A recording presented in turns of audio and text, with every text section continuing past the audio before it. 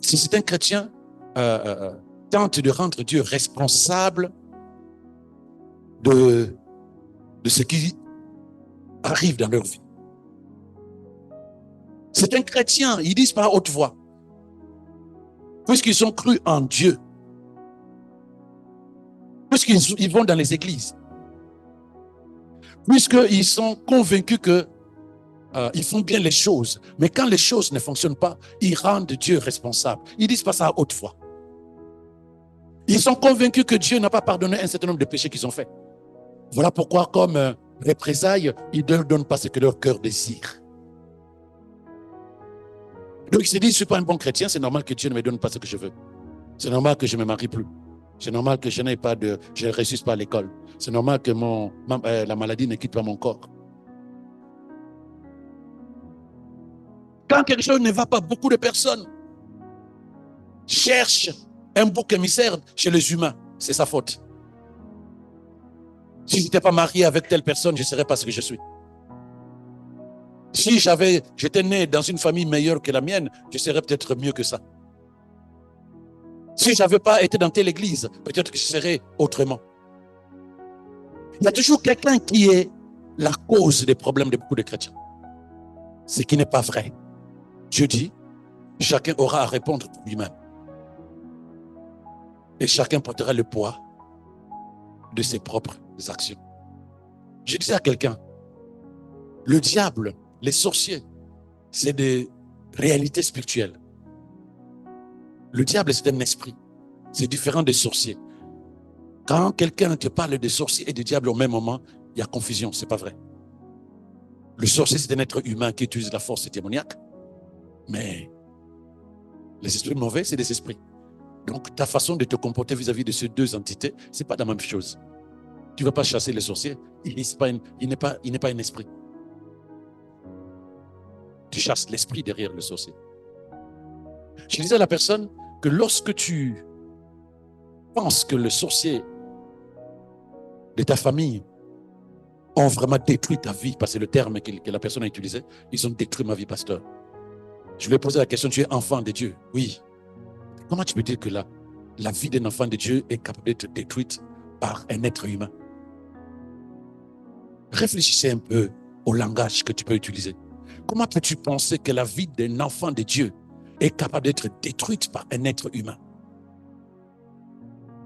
Oui, mais pasteur, parce que regarde. C'est ça l'erreur. Tu vois autre chose que ce que Dieu dit que tu es en Christ Jésus. Et puis même si ces gens-là sont réellement en train de vouloir te détruire, ce n'est pas leur faute. C'est ta faute. Comment ça? Parce que tu connais la vérité. Que leur patron, le diable, est sous tes pieds. Donc eux, ils ne peuvent pas être au-dessus de toi. Tu sais que ta vie est cachée en Jésus. Ils ne peuvent pas venir prendre ta vie dans les mains de Jésus. Tu es enfant de leur créateur. Ils ne peuvent même pas oser toucher à un de tes cheveux. C'est ça la vérité. Donc si tu ne prends pas cette vérité, tu ne la vis pas, tu ne la pratiques pas, tu ne proclames pas cela dans ta vie, il n'est que normal. Parce que tes paroles, ce sont ta vie. Les mots que tu prononces génèrent ta vie. Les pensées que tu as génèrent ta vie. Parce que beaucoup de personnes ont du mal à comprendre que ce que nous sommes aujourd'hui, c'est ce que nous avons pensé hier. Et ce que nous serons demain, c'est ce que nous pensons aujourd'hui. Laisse les gens tranquilles. Commençons par oublier les gens. Si tu étais seul au monde, et que tu es dans la galère, ton corps est malade, tu es au chômage, tu as des situations compliquées dans ta vie, tu vas t'en prendre à qui? Tu es seul. À qui vas-tu t'en prendre? Ce que Dieu te dira, la vie que tu as, c'est celle que tu as désirée. Comment ça, Seigneur? Mais parce qu'à l'intérieur de toi, c'est ce que tu penses, c'est ce que tu vois et ce que tu manifestes à l'extérieur. Ne pense jamais que quelqu'un a ta vie entre ses mains. Si toi, tu sais que quand tu as envie de manger, personne ne t'impose ce que tu manges. Quand tu as envie de t'habiller, tu prends la couleur que tu veux. Cela signifie simplement que tu as la volonté d'amener ta vie comme tu veux. qu'elle soit. Pourquoi? Le manger, tu choisis. Le vêtement, tu choisis. Maintenant, où veux-tu amener ta vie? Tu penses qu'il y a quelqu'un qui peut avoir la volonté qui est au-dessus de la tienne? Réfléchis à ce que je te dis. Y a-t-il quelqu'un qui a la volonté de t'amener là où tu ne veux pas? Alors que dans certaines choses de ta vie, tu sais comment tu prends la décision et comment cette décision-là, tu la mets en pratique. Dieu dit que chacun de nous répondra pour lui-même. Donc, lorsque tu regardes ta vie en disant c'est la faute d'eux, Dieu te dit c'est pas vrai. Moi, je sais que je t'ai donné la capacité à l'intérieur de toi de pouvoir mener ta vie comme tu la veux, de prendre les bonnes décisions, de faire le bon choix. Mais tu sais faire des bons choix dans ta coiffure, dans tes vêtements, dans tes repas. Mais tu attends que quelqu'un prenne la décision, ta vie, pour ton avenir. C'est pas vrai. Voilà pourquoi le thème d'aujourd'hui, tu n'as aucune excuse. Tu n'as aucune excuse. Ne prends pas Dieu comme la cause de tes malheurs. Ne prends pas les êtres humains comme la cause de tes malheurs. Il suffit que tu crois qu'il y a quelqu'un qui est derrière ta vie et tu verras que ta vie sera négative. Oui. Il suffit que tu sois convaincu qu'il y a des gens qui te veulent du mal et tu verras que ta vie va être bouleversée. Il suffit que tu crois que le Seigneur a des projets de bonheur pour toi et que tu travailles par rapport à ça. Tu verras que les choses meilleures vont arriver. Prends ce que je te dis comme parole de vérité pour ta vie. Le pouvoir de changer les choses sur la terre, Dieu a mis cela en toi. Le pouvoir de modifier le fonctionnement de ta vie, Dieu a mis ce pouvoir en toi. Il y a 2 versets de la Bible. Il y a un verset qui dit, quand le Saint-Esprit viendra sur vous, il vous apportera une puissance qui vous rendra quoi? Qui fera de vous des témoins. Mes témoins, c'est Jésus qui parle. Vous aurez une puissance lorsque le Saint-Esprit viendra sur vous. Puissance, c'est cette capacité, cette chose que nous avons qui nous permet de changer le cours des choses. Dans la traduction, dynamis, donc puissance, signifie aussi énergie, signifie aussi force. Le pouvoir de changer ta vie, tu l'as. Je crois que tu allais dire Amen. Le pouvoir de changer ta vie, tu l'as. Si ta vie ne change pas, ni Dieu, ni les hommes. Si ta vie ne change pas, ce n'est pas Dieu, ce n'est pas les hommes. Quand Jésus guérissait, il disait aux gens, qu'est-ce que tu veux? Première question, c'est la même question que Dieu te pose ce matin. Qu'est-ce que tu veux? Si j'ai posé la même question que je pose aux gens, si Jésus débarquait là physiquement, qu'est-ce que tu vas lui demander? Et chacun de vous a une requête déjà toute faite. Je demanderai ceci, je demanderai cela, je demanderai ceci, je demanderai cela. D'accord. Mais n'oublie pas que Jésus est là spirituellement. Convertis ta foi. Qu'est-ce que tu vas lui demander? C'est ça. Et Jésus te répondra qu'il te soit fait selon ta foi. Il ne faisait pas autre chose. Il ne disait pas autre chose. Qu'il te soit fait selon la conviction que tu as que cela est possible. Est-ce que tu comprends? Si tu regardes ta vie pas plus loin que ton nez, il n'est que normal que tu dises c'est impossible, c'est difficile, c'est compliqué. Tu es capable de te lever de là où tu es et de faire ce que tu as envie de faire. Je voulais te raconter l'histoire dans la Bible. Jésus se lève, il commence l'église. Il commence son église. Régulièrement, Une personne, 2 personnes, 3 personnes, 4 personnes, 12 personnes, 15 personnes. Parmi les 20 personnes ou les 60 personnes qui étaient là, il choisit 12 disciples qui étaient autour de lui pour les préparer, les former. Et donc, c'est ces 12-là qui se promenaient régulièrement avec lui. Et ce jour-là, il les amène de l'autre côté du lac. Ils ont prêché, par exemple, ils ont prêché vers la Ramée, ils doivent traverser, ils veulent maintenant aller vers Quignon. Et donc là, ils prennent le lac, ils prennent la barque pour traverser le lac. Pendant qu'ils étaient dans la barque, pendant qu'ils étaient en train de traverser le lac, le vent se leva. Il y a un souffle fort. La barque était en train de couler. C'est des pêcheurs. Ils pêchent dans ce lac-là. Ils savent qu'il y a du vent. Mais ce jour-là, c'était un peu plus fort que d'habitude. Parce qu'ils ont dit à Jésus, quand ils ont vu que Jésus était en train de dormir, alors que l'eau remplissait la barque, ils sont partis presque. Seigneur, nous sommes en train de couler et toi tu dors. Seigneur, moi j'ai des problèmes et toi tu dors. Seigneur, moi je cherche des solutions et toi tu dors. Seigneur, moi je jeûne, je prie et toi tu dors. Nous disons aussi que Dieu peut dormir parce que nous ne voyons pas sa main dans nos vies, entre guillemets. Nous ne voyons pas, nous ne voyons pas. Donc nous pensons qu'il dort comme il a dormi avec le disciple. Seigneur, ça ne va pas. Les médecins ont dit, les hommes m'ont parlé, mais toi tu fais quoi dans ma vie? Moi je suis ton enfant, je prie, je jeûne, je donne ma sémence, je donne mon offrande, je fais ce que je dois faire, ma dîme et tout et tout. Où est la solution que tu es censé m'apporter?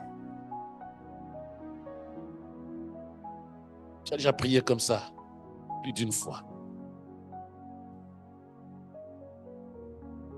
Ils ont réveillé Jésus. Jésus a calmé la tempête. Et il s'est tourné vers eux. Après avoir calmé la tempête, il leur a dit ceci, Luc 8, verset 25. Luc 8, verset 25. Où est votre foi?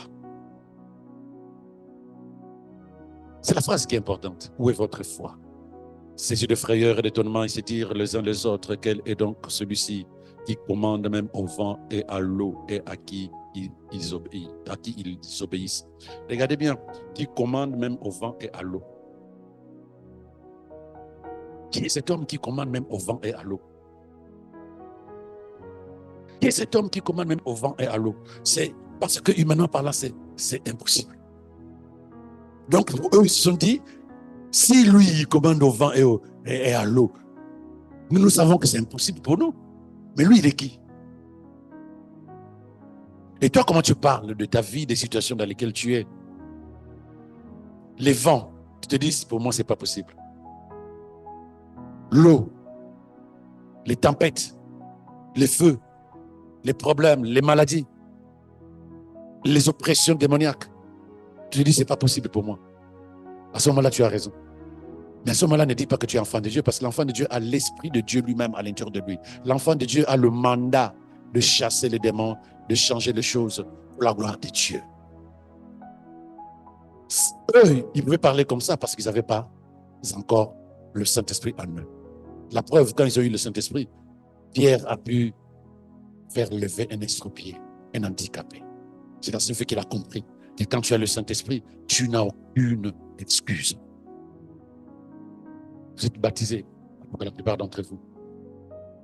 Le Saint-Esprit est en vous. Dis-moi ce qui est impossible pour toi. C'est même pas vrai, je te dirais ça. Encore et encore jusqu'à ce que tu comprennes. Où est votre foi? Il leur a pas dit, je ne savais pas que vous manquez de foi. Il leur a dit, où est votre foi? Parce que la foi, nous l'avons par le Saint-Esprit. Nous l'avons. Tu as la foi, pas la foi des êtres humains, la foi de Dieu lui-même. C'est comme si tu étais avec un pistolet, une arme, si tu veux, et les voleurs rentrent chez toi, les brigands rentrent chez toi, ils te volent tout. Et tu oublies que tu avais une arme pour leur faire peur.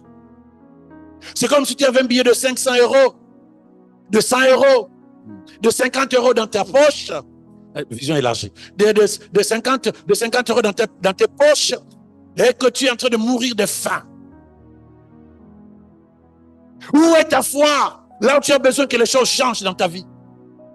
Où est ta foi là où l'ennemi se moque copieusement de toi et de ta famille? Où est ta foi là où les montagnes s'élèvent devant toi pour te bloquer par rapport à ce que Dieu a envie de faire dans ta vie? Où est ta foi quand les hommes parlent mal de toi, quand les hommes te disent ce n'est pas possible, c'est impossible, c'est difficile, c'est trop tard, c'est inguérissable? Où est ta foi? C'est la question que Jésus leur a posée, Et pourtant, humainement parlant, oui, tu ne peux pas parler au vent. Humainement parlant, tu ne peux pas parler à la mer. Mais Jésus leur dit, où est votre foi?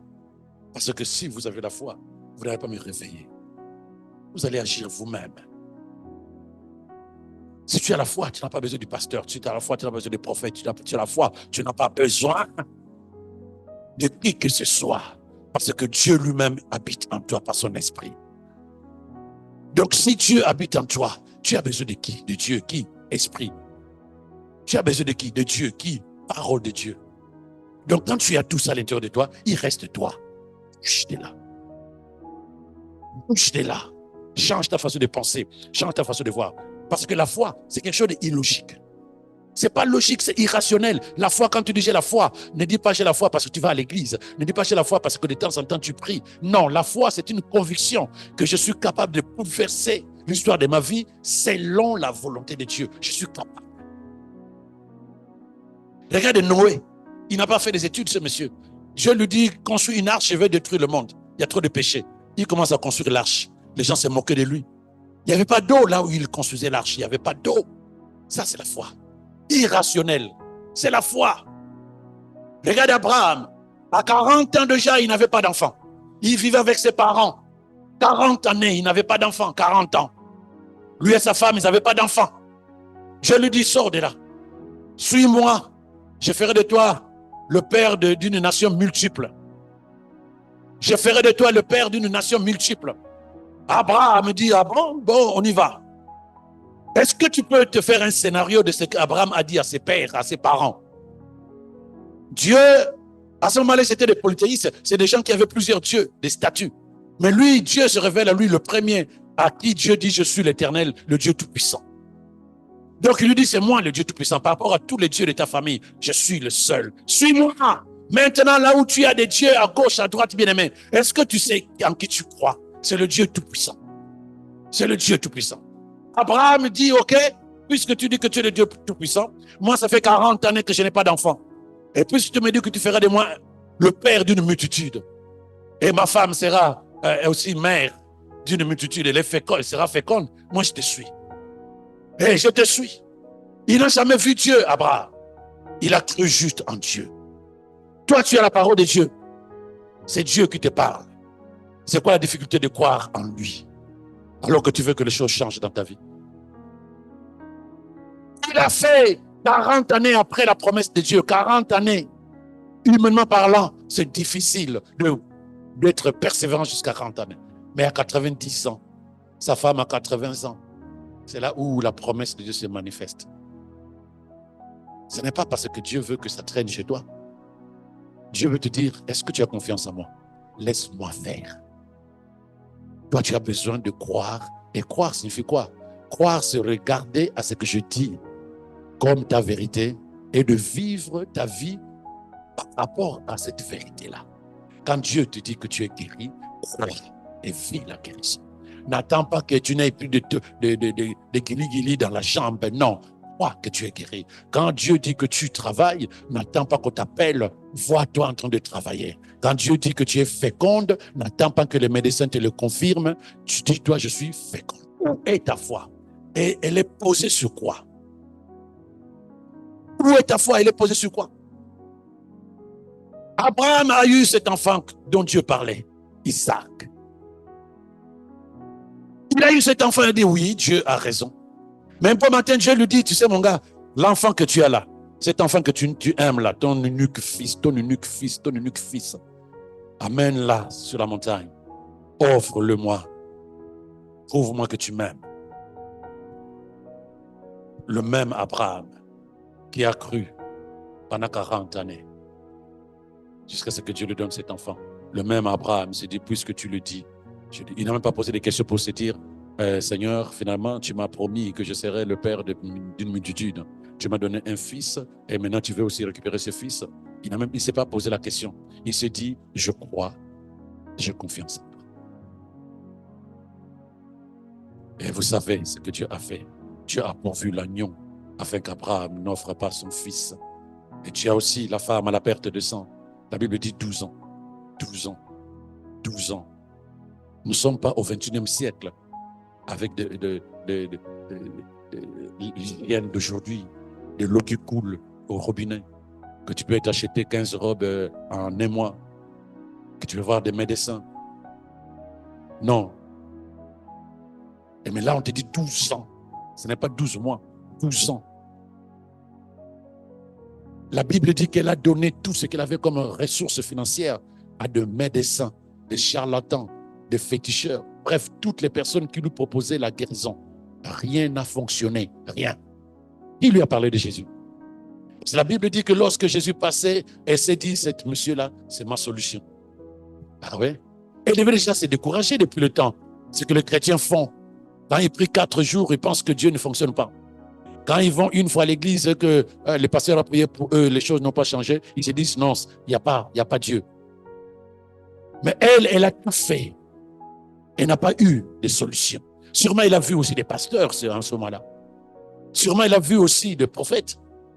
Mais elle s'est levée et s'est dit, le monsieur qui passe là, c'est ma solution. J'ai toujours dit, et je suis convaincu que c'est ça. Même si elle n'avait pas touché à l'habit de Jésus, la puissance qu'il y avait en lui d'être guéri allait l'amener à la guérison.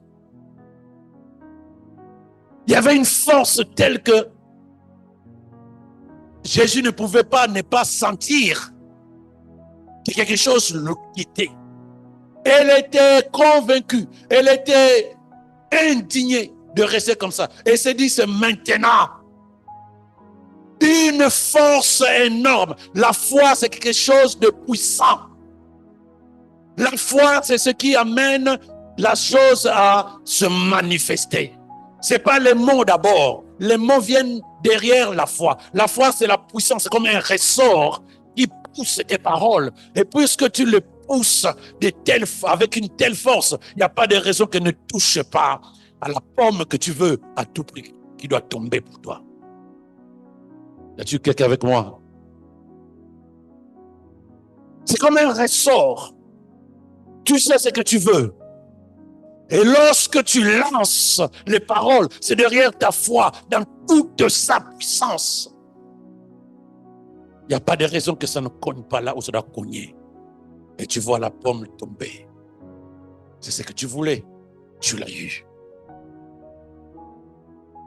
Tu penses que tu es capable de faire quelque chose? Oui. Alors crois que tu es capable. Tu penses que tu es capable de posséder quelque chose? Oui. Alors crois que tu es capable. Mais la chose que beaucoup de chrétiens ignorent, c'est que Dieu agit encore aujourd'hui, mais derrière nos actions. La prière sans action, ça énerve Dieu. La foi sans action, ce n'est pas la foi. C'est la foi. Lorsque tu crois, tu agis. Comme tout à l'heure. Je crois que je peux faire ceci. Je fais ce qu'il faut faire pour que cela se manifeste. La capacité, l'intelligence, la force, l'énergie, l'inspiration, la révélation, les opportunités, les personnes qui doivent t'accompagner, ça c'est Dieu. Mais toi tu agis. Toi tu agis. Toi tu agis. Elle s'est levée, cette femme, et se dit, je dois arriver à le toucher. Je sais que je ne suis pas capable de lui parler, mais je veux le toucher. Ce n'est pas parce qu'elle a touché le vêtement de Jésus.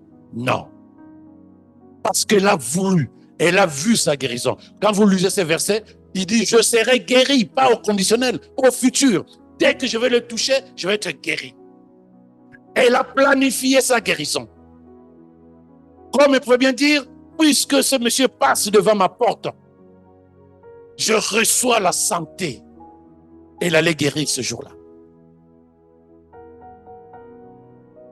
Tu as besoin qu'on te touche. Tu as besoin juste de te localiser dans la parole. Tu te dis, je suis dans la parole de Dieu. Et la vie de la parole, c'est ma vie. Et je commence à vivre cette vie-là de manière réelle dans la vie sur terre. La puissance qui change ta vie est en toi. C'est l'Esprit de Dieu et sa parole. Qu'est-ce que tu en fais? Un jour, les gens disaient à Paul, à Pierre, à Jésus, oui, tes disciples, ils ne payent pas les impôts, c'est pas bien. Toi, tu peux ne pas payer parce que toi, tu es un pasteur, tu es un rabbin, mais eux, ils doivent payer. Je dis, ok, vous avez raison. Pierre, tu vas pêcher. Tu vas à la pêche, tu vas attraper un poisson. Et dans ce poisson, il y aura une pièce d'or. Et tu vas payer les impôts pour vous tous. Jésus qui multiplie le pain. Et même pour multiplier le pain, il leur a demandé, qu'est-ce que vous possédez? Qu'est-ce que vous avez? Il a dit, on n'a que 5 pains et 2 poissons. Il dit, donne-moi ça. C'est suffisant pour moi. Ils ont bossé. Ils ont trouvé 5 pains et 2 poissons. Jésus qui multiplie le pain n'était pas capable de dire, fermez les yeux, Pierre, regarde dans ta poche, il y a une pièce d'argent. Ou dans la caisse de Judas qui était le trésorier de l'église, en disant, Judas, regarde bien une pièce d'argent dans la poche, dans la caisse. Donne à Pierre qu'il aille payer les impôts. Non, il a dit à Pierre, tu vas faire ce que tu sais faire. Pêcher du poisson. Ok, la Bible dit qu'il pêcha, il trouva un poisson. Mais dans la compréhension spirituelle de Jésus, Pierre a pêché des poissons. Parce qu'il devrait trouver le poisson qui avait la pièce d'or. Parce que la foi demande confiance. Il a dit, même quand tu pêches un premier poisson, il n'y en a pas. Deuxième poisson, il n'y en a pas. Lui, il a dit, cela me suffit. C'est ça qui doit t'intéresser. Lorsque Dieu parle, ça doit plus t'intéresser que non, mais j'ai fait, ça ne marche pas. Tu as fait combien de fois? Tu as fait combien de fois? Tu as dit combien de fois? Tu as agi combien de fois? Je suis convaincu que Pierre a pêché du poisson. Premier poisson, il n'y en a pas. Deuxième poisson, il n'y en a pas. Troisième, il n'y en a pas. Lui seul sait combien de poissons, jusqu'à ce qu'il trouve le poisson. La foi sans patience, sans persévérance, ce n'est pas de la foi. La persévérance ne signifie pas que non, Dieu tarde à te répondre. Non. Il y a un processus dans certaines choses. Comme une femme qui veut porter son bébé, elle est enceinte aujourd'hui, demain, elle ne peut pas se dire je vais à la maternité. Non, ça ne marche pas. Il y a un processus. Tu dois avoir confiance en Dieu. La foi, c'est avoir confiance en Dieu. Mais toi, tu dois agir. Qu'est-ce que tu veux pour ton église? Agis. Tu ne viens pas seul à l'église. Tu appelles un frère, une soeur, un ami, un pote. Il peut venir aujourd'hui, demain, il s'en va, c'est pas grave. Tu as agi. Ne dis pas oui, mais finalement, je ne veux plus emmener les gens. Ils ne veulent pas rester. Non. Fais ce qu'il faut faire jusqu'à ce que tu convertisses quelqu'un à Christ Jésus. Fais ce qu'il faut faire jusqu'à ce que quelqu'un soit converti grâce à toi. Ça aussi, c'est ta part. Le micro ne marchait pas. Ben écoute, agis. Au lieu d'attendre les soldes, en disant moi aussi j'attends les soldes des micros. Pas les soldes seulement de tes vêtements. Agis. Agis dans ta famille. Parle de Jésus dans ta famille. Ne dis pas qu'est-ce que les gens vont dire, comment ils vont penser. Tu n'as pas besoin de réfléchir qu'est-ce que les gens vont dire. Tu as juste de dire, puisque Dieu attend de moi que j'agisse, je vais agir. Ça signifie quoi? Que toi, tu sais que tu as toutes les capacités, tu as la puissance, tu as la force, tu as l'énergie. Si tu es enfant de Dieu, Dieu est excellent. Il faut que tu travailles pour que tu deviennes excellent. Y a-t-il quelqu'un avec moi? Un enfant de Dieu n'est pas médiocre dans ce que tu fais, dans ce que tu es. Un enfant de Dieu n'est pas médiocre. Être médiocre, ce n'est pas seulement à l'école. Être médiocre dans sa manière de penser, d'agir, de t'habiller, de manger. Quand j'arrive chez toi, mange seulement comme ça. Mange seulement comme c'est de la médiocrité. Pas pour moi, mais pour toi-même. Un enfant de Dieu aime la qualité. Un enfant de Dieu aime l'excellence. Un enfant de Dieu aime la perfection. Qui t'interdit d'être excellent? Qui t'interdit d'être parfait? Qui t'interdit d'arranger bien ta maison? Qui t'interdit de t'habiller propre, même avec des habits moins chers? Qui t'interdit? Pourquoi ce sont les autres qui doivent être bien habillés? Oh Dieu, regarde le cœur, laisse tomber. Ça signifie que c'est l'expression de ton cœur. Ta façon d'être négligent, médiocre dehors, c'est l'expression de ton cœur. Donc si Dieu doit regarder ton cœur, chaque qu'il verra la négligence dans ton cœur, les désordres dans ton cœur, parce que c'est que tu manifestes à l'extérieur. Tu as la capacité d'être meilleur. Tu as la capacité d'être meilleur. Fais de Dieu menteur. En continuant à croire que tu n'es pas capable. En continuant à croire que toi, c'est la vie, ta vie, c'est comme ça. En continuant à croire que tu ne t'en sortiras jamais. Fais de Dieu menteur. Et attends, voir si demain, tu vas encore lui demander quelque chose. C'est ça qu'on appelle le péché contre le Saint-Esprit. Parce que le Saint-Esprit, lui, il vient te rassurer. Il vient te convaincre de ce que dit la parole de Dieu te concernant. Toi, tu lui dis, c'est pas vrai, c'est pas vrai, c'est pas vrai. Qui va encore te convaincre? Qui va encore te convaincre à ce moment-là? Y a-t-il quelqu'un avec moi? Hébreux 11, verset 1. En traduction parole vivante. Hébreux 11, verset 1. Lisons-le ensemble. On y va. Regardons tous à l'écran. Lisons-le ensemble. Ensemble, ensemble. Est-ce que la foi, c'est une ferme de ce qu'on espère et une manière de le posséder déjà par avance? Croire, c'est être absolument certain de la réalité de ce qu'on ne voit pas. Dernièrement, je ne sais pas où, je parle de ce verset. Pour que tu le comprennes mieux, commence par le bas.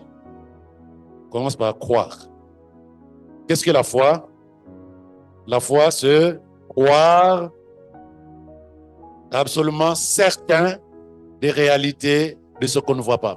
Alléluia. Les gens, ils commencent par c'est être absolument certain. On y va ensemble. Certain de la réalité de ce qu'on ne voit pas. C'est ça la foi. Première des choses. Il faut que tu sois certain que ce que tu ne vois pas, ça existe. La santé, ça existe. La prospérité, ça existe. C'est réel, ces choses-là. C'est comme quand tu crois à ton amour, à ta colère, à tes sentiments, à tes émotions. C'est des choses invisibles, mais qui sont réelles. Crois que ce que Dieu dit dans sa parole, même si tu ne vois pas la santé, tu ne vois pas la prospérité, tu ne vois pas la fécondité, tu ne vois pas l'abondance, la richesse, dis-toi que ces choses-là existent. Donc ça, c'est déjà croire. OK? Sommes-nous ensemble? Croire, c'est être absolument certain de la réalité de ce qu'on ne voit pas. Ensuite, maintenant, tu remontes. C'est une ferme confiance. Commençons, répondons. C'est une ferme confiance dans la réalisation de choses que tu espères. Donc, puisque je crois que tout ce qui est invisible existe, maintenant, il faut que j'aie la ferme confiance que ces choses-là que je veux peuvent se réaliser. Il dit, je crois que je suis absolument certain des réalités de ce que je ne vois pas. 2, je suis totalement en confiance que ce que je veux, ce que j'espère, je peux le réaliser. Et 3, je suis totalement assuré que ces choses que je vais réaliser, je les possède déjà. Vous voyez comment je l'ai désossé, ces versets? 1, je suis certain de la réalité des choses invisibles, spirituellement parlant.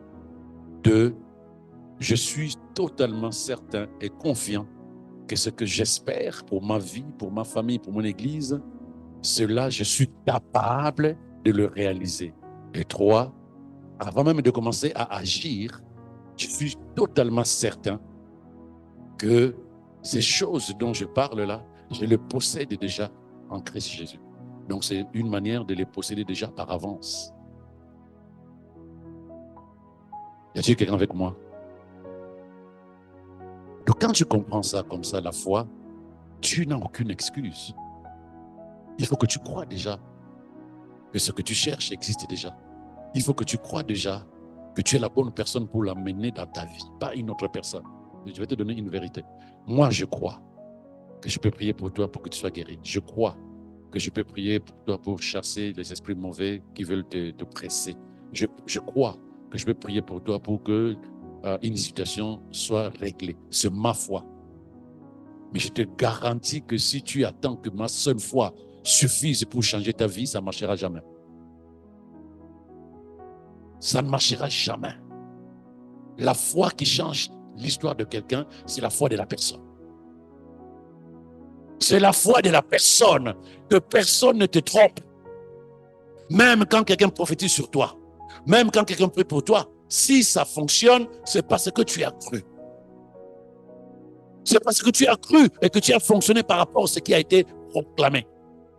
Mais si nous tous les pasteurs de Toulouse se mettent ensemble pour prier pour toi, si tu n'as pas la foi, rien ne va fonctionner. Voilà pourquoi Jésus disait qu'il te soit fait selon ta foi. Il n'a pas dit, tu as vu comment je suis gaillard, je suis capable de te sauver, de te libérer. Non, moi je suis la vie de Dieu. Moi je suis la vérité de Dieu. Je suis la parole de ce Dieu qui change l'histoire des gens. Est-ce que tu crois en moi? Oui. Alors maintenant, par rapport à ce que tu veux, qu'il te soit fait selon ta foi. As-tu quelqu'un qui comprend? Il y a une différence entre croire et espérer. Croire, c'est maintenant. Tu vois ce que Dieu dit. Espérer, c'est attendre. Or, il y a une histoire comme ça dans la Bible. Je vais t'expliquer très rapidement et on termine là-dessus. Dans l'Ancien Testament, Jésus était l'espérance du salut. Ils attendaient le Messie. Le David, le Moïse, le Anne, j'aime bien ces trois-là. Et je prends une autre personne, le Ruth, le Déborah. Tous ces gens-là, ils attendaient qui? Le Sauveur. Ils espéraient le Sauveur. Ils sont morts sans voir le Sauveur. Mais nous savons que l'espérance, c'est Jésus. Non seulement l'espérance a été validée, accomplie, mais il a fait le choix de demeurer au-dedans de nous. Est-ce que nous continuons à espérer le salut? Non, nous vivons le salut. Y a-t-il quelqu'un qui comprend ce que j'ai dit? Tu vis le salut. Tu ne peux plus continuer à espérer. Or, le salut, c'est un grand carton. Ta guérison, ton succès, ta victoire, ton abondance, ta santé, tout est à l'intérieur. L'accomplissement de ton existence est dans le salut. J'aime souvent dire c'est la vie du salut. Moi, je me comprends quand je dis ça, la vie du salut. C'est-à-dire que lorsque nous sommes sauvés, nous vivons une autre vie. Sauvés de la précarité, de la maladie, des blocages, de limitations, sauvés de Satan, des esprits mauvais, des sorciers, sauvés de tout ce que l'ennemi peut mettre sur ton chemin, sauvés de la pauvreté, sauvés de tout ce qui n'est pas de Dieu. Voilà le salut. Et quand tu es sauvé, tu vis la vie de la parole, la vie du salut. C'est-à-dire que la vie de quelqu'un qui est sauvé de toutes ces mauvaises choses-là. Il faut le vivre. On ne peut pas accepter à l'intérieur de nous que nous vivions la vie comme si nous n'étions pas sauvés. C'est pas juste. Puisque le salut est d'abord dans ton esprit, comment tu crois être sauvé? Comment tu crois être sauvé, bien-aimé? Quand tu dis je suis sauvé, mais tu es sauvé de quoi? Sauvé de cette manière de penser mal de toi. Sauvé de cette manière de voir les choses négatives d'abord avant de voir les choses positives. Les gens aiment voir les choses négatives dans leur vie. Au début, je disais, vous avez du temps à perdre. Mais aujourd'hui, ça m'attriste. On perd du temps là. Parce que ce que nous croyons, ce que nous voyons, ce que nous disons, c'est ça notre vie. Même si tu ne crois pas en Dieu, je te garantis que c'est la vérité. Tes pensées peuvent travailler contre toi ou pour toi. Tes pensées peuvent travailler pour toi ou contre toi. La manière de penser, c'est ça qui fera ta vie. Joue pas à ça. Tu n'as pas besoin d'aller à l'université pour apprendre à bien penser. Tu n'as pas besoin d'apprendre à bien passer en allant à la fac. Non. Tu as juste besoin de contrôler ta manière de penser, de faire attention à comment tu fonctionnes. Jésus revenait régulièrement sur ça. Dans l'Ancien Testament, les gens espéraient le salut. Qu'un Messie viendra pour les sauver. Le Messie est déjà venu. Le Messie a accompli sa mission. Nous sommes nés de lui, comme enfants de Dieu spirituellement parlant. Mais les esprits n'ont pas encore changé. Nous espérons toujours que les choses changent dans notre vie. Nous espérons toujours que les choses changent. Hé, réveille-toi. Tu n'as pas d'excuse. Tu n'as pas le temps de dire « je ne savais pas ». Non, tu n'as aucune excuse de dire « oui, voilà, je suis en train de terminer ma vie sur terre. Rien n'a marché. J'aurais dû faire ceci, faire cela. » Non, tu aurais dû croire véritablement à la parole de Dieu et agir selon la parole. Parce que la chose qui te manque aujourd'hui, bien-aimé, c'est la manière de penser. Parce qu'aujourd'hui, tu penses selon les humains. Tu penses selon la culture que tu as récupérée sur le chemin de la vie. Tu penses selon la tradition de la famille dans laquelle tu es né. Tu penses de manière humaine sur ta vie. Oh, ta vie n'est pas humaine. Ta vie, elle est spirituelle. Tu ne peux pas penser autrement qu'à la lumière de la parole de Dieu. Lorsque tu vas progressivement te former, lorsque tu vas te laisser éduquer par le Saint-Esprit, éduque la parole, quand tu te lèves, quand tu as envie d'être en colère, tu sais que c'est pas bon. Quand tu as envie de dire c'est trop tard, tu sais que c'est pas vrai. Quand tu dis c'est compliqué, tu sais que c'est pas vrai. Tu as la patience, tu as la confiance, tu as la persévérance, tu as l'audace, tu as l'assurance. Tu verras que les choses vont changer. C'est un état mental. C'est là que ça se passe à l'intérieur. Quand tu dis tu es sauvé, tu dis que tu as changé ta manière de penser. Le salut est spirituel. Ton esprit est spirituel. Lorsque tu arrives à te libérer d'une mauvaise manière de penser, tu es libéré. Parce que toute ta vie est basée sur comment tu penses. Comment tu penses? Quand on te dit ça, c'est pas possible pour toi. Tu dis, gloire à Dieu. Cette histoire-là, c'est pas la volonté de Dieu. Tu arrêtes ça. Tu arrêtes ça. Parce que Dieu dit qu'il a des projets de bonheur pour toi. Parce que Dieu dit que tu es son fils, sa fille, bien-aimé. Dieu dit que tu es héritier. Dieu dit que tu es délivré. Dieu dit. Toi, tu mets ta foi sur quoi? Moi aujourd'hui, ça m'attriste. Parce qu'il y a des gens à qui je peux donner des conseils. Je te parle comme un père, spirituellement parlant. Je te parle comme ton pasteur. Mais quand tu ne mets pas en pratique, je te dis, tu fais à ta sauce et que tu vois que ça ne marche pas. Tu fais à ta manière et ça ne marche pas. Tu ne me diras pas que ça n'a pas marché. En tout cas, si tu es humble, tu viendras me dire, je te demande pardon, je fais ça à ma façon, je ne t'ai pas écouté. Où est ma faute là-dedans? Lorsque Dieu dit, voici ma parole, pratique ma parole, applique ma parole dans ta manière de penser. Et lorsque toi, tu as envie de fonctionner par rapport à tes émotions, par rapport à ton fonctionnement humain depuis toujours, mais un enfant de Dieu change son caractère, change sa manière de penser. Un enfant de Dieu change sa manière de percevoir la vie. Un enfant de Dieu a un état d'esprit basé sur la parole de Dieu. Et c'est ça qui va fonctionner à l'intérieur de toi et qui va se manifester à l'extérieur. Mais si toi, tu veux fonctionner toujours, tu es né de nouveau depuis 15 ans, 20 ans, 30 ans, tu écoutes les enseignements depuis 30 ans, 40 ans, où est ta foi? Sur quoi tu fondes ta foi? Parce que ta foi doit te faire fonctionner. Ta foi va te faire agir. Mais si toi, tu agis selon les pensées des êtres humains, alors à ce moment-là, où est ta foi? À ce moment-là, quelle est la raison pour laquelle tu es en train de dire que non, ce n'est pas la volonté de Dieu? Mais Dieu t'a donné tous les éléments dont tu as besoin pour pouvoir fonctionner. La volonté de Dieu, que tu utilises son esprit et sa parole à agir conformément à ce qu'il attend de toi. Jésus dit, mon Père agit, moi aussi, j'agis. Et toi, tu fais quoi? Tu attends. Tu attends. S'attendre à toi, c'est double tranchant. C'est-à-dire, je m'attends à toi. Moi, je ne fais rien. Je m'attends que tu bouges, que tu fasses des choses. Non, Dieu te dira, bouge.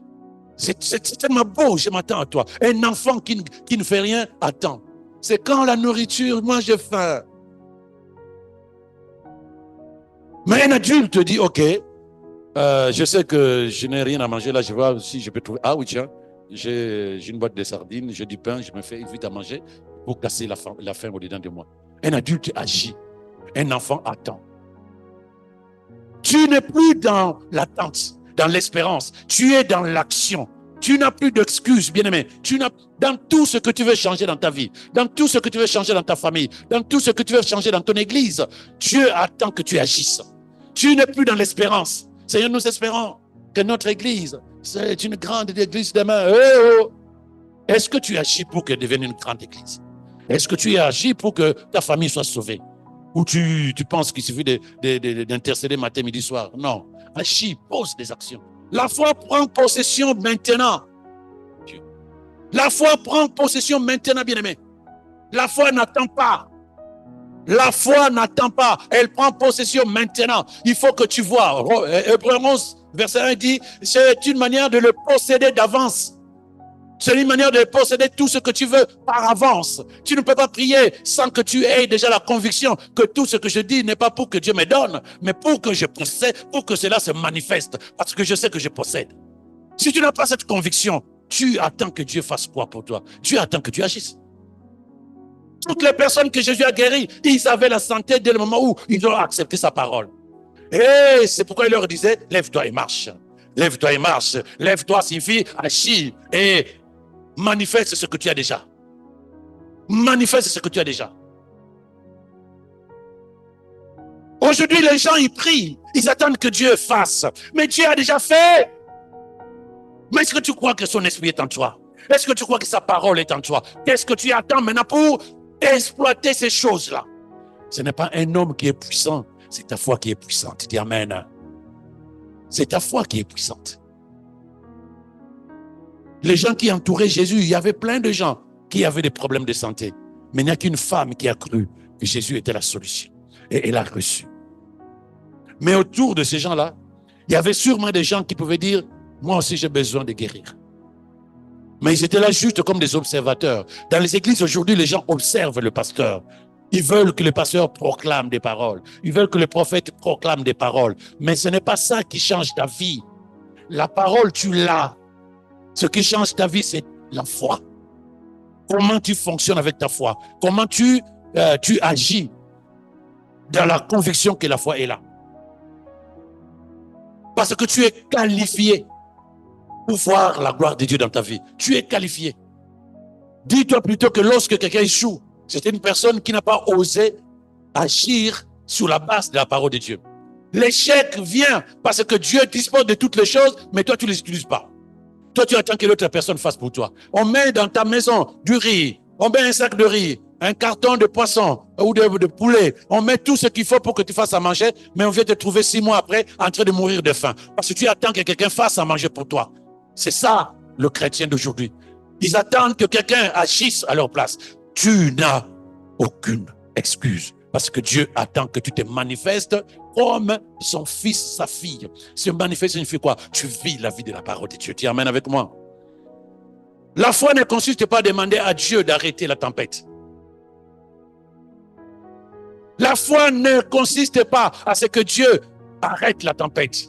Dieu attend que tu arrêtes la tempête dans ta vie. Il a dit aux disciples, où est votre foi? C'est que si vous avez cru, vous aurez arrêté vous-même la tempête. Mais puisque vous n'avez pas assez de foi, vous êtes obligé de dépendre de moi. Dieu attend de toi que tu te manifestes comme un véritable enfant de Dieu. Il faut que nous arrêtons, vous et moi, de prier des prières d'attente et d'espérance. Il faut vivre la prière d'action comme Jésus. Ça, c'est un enfant de Dieu. Espérer comme contre toute espérance, gloire à Dieu. Mais parce que tu crois que jusqu'à la dernière minute, la parole de Dieu va se manifester dans ta vie. À ce moment-là, l'espérance, la confiance que tu mets à la parole de Dieu va t'amener à vivre la vie de Dieu. Quand tu n'as pas d'espérance, tu es malheureux. Mais tu mets ton espérance sur quoi? Sur la parole de Dieu. Mais la parole dit quoi? Donc cette espérance-là n'est plus quelque chose qui t'amène. Non, c'est juste une conviction intérieure que tant que je n'ai pas fait textuellement ce que Dieu dit que je dois faire, je ne veux pas l'accuser, ni accuser mon pasteur ou ma famille. Je ferai ce que Dieu me demande de faire jusqu'à ce que je vois les résultats. Lorsque quelqu'un arrive avec une machine dans ton jardin, et la machine bip, il y a du pétrole sous terre, tu commences à creuser. Tu commences à creuser. Puisque la machine t'a dit qu'il y a du pétrole sous ton jardin, tu t'arrêtes parce que tu as creusé 5 mètres? Non. Tu vas continuer à creuser. Tu ne vas pas t'arrêter parce que tu as creusé 10 mètres. Tu sais qu'il y a du pétrole. Tu ne t'arrêteras que lorsque le pétrole va jaillir. La foi, c'est ça. Contre toute espérance, je crois que ce que Dieu dit me concernant va se manifester, c'est la vérité, et je continuerai à faire ce que je dois faire, parce que c'est comme ça que la parole de Dieu va se manifester dans ma vie. Il y a du pétrole dans ta vie. Tu es riche, tu es béni. Tu es en parfaite santé, tu es prospère. Tu es élevé. Tu as tout ce dont tu as besoin. N'observe pas la vie des autres avec envie, parce qu'il y a meilleur dans ta propre vie tant que tu fonctionnes selon la parole de Dieu. Il n'y a pas un temps qui est passé.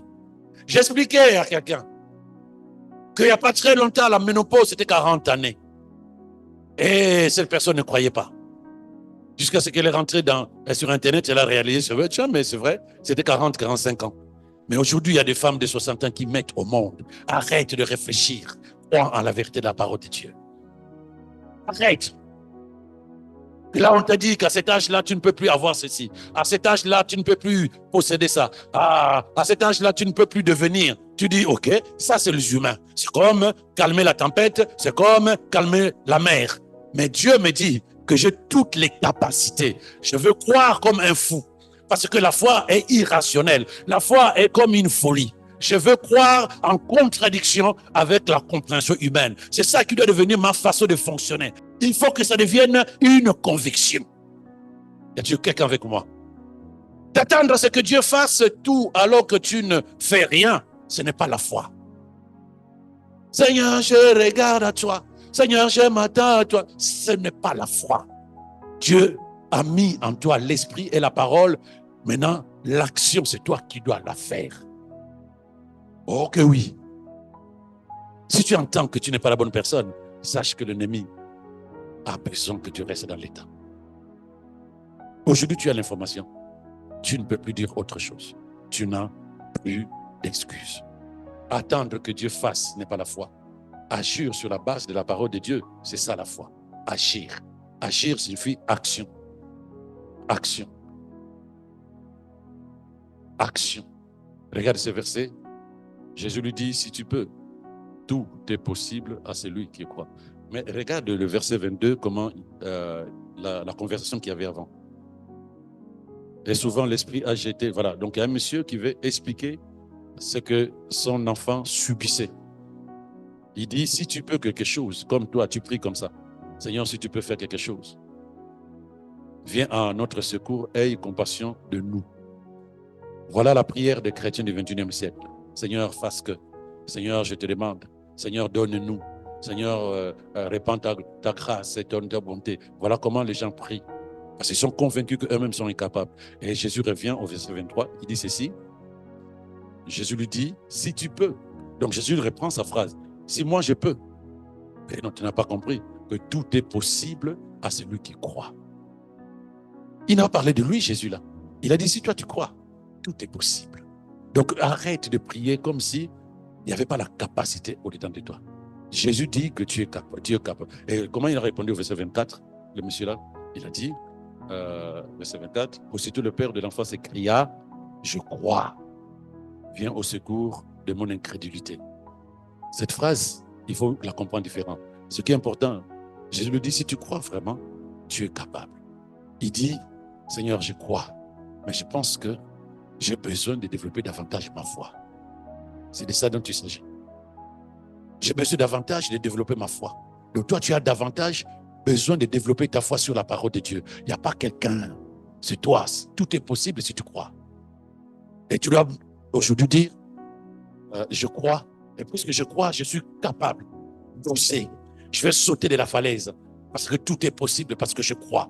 Je crois, voilà pourquoi je vais parler. Mais avant de parler, je vais donner de la puissance à mes paroles pour que tout ce dont j'ai besoin se manifeste dans ma famille, dans mon église, dans ma vie, que tout ce qui n'est pas nécessaire disparaisse. Je crois. Maintenant, si ta foi est petite, donc je dis, si ta foi est faible, développe ta foi. met en pratique. Un enfant qui commence à marcher tombe parfois, se lève, tombe, mais il ne s'arrête pas jusqu'à ce qu'il commence à courir. Un enfant qui commence à parler, zeuzeille, tu ne comprends rien de ce qu'il dit, jusqu'à ce que demain, il devient journaliste. Même quand aujourd'hui, tu sens qu'il y a des flottements dans ta manière de croire, commence à oser croire en la parole. Commence par oser pratiquer la parole. Applique la parole dans ton caractère, dans ton cœur, dans tes actions, dans tes paroles. Et tu verras que cette foi va se développer et tu seras capable de dire Jésus, il avait raison. Marc 9, verset 23.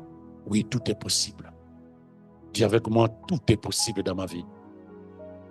Je crois. Je n'ai plus d'excuses. Au nom de Jésus.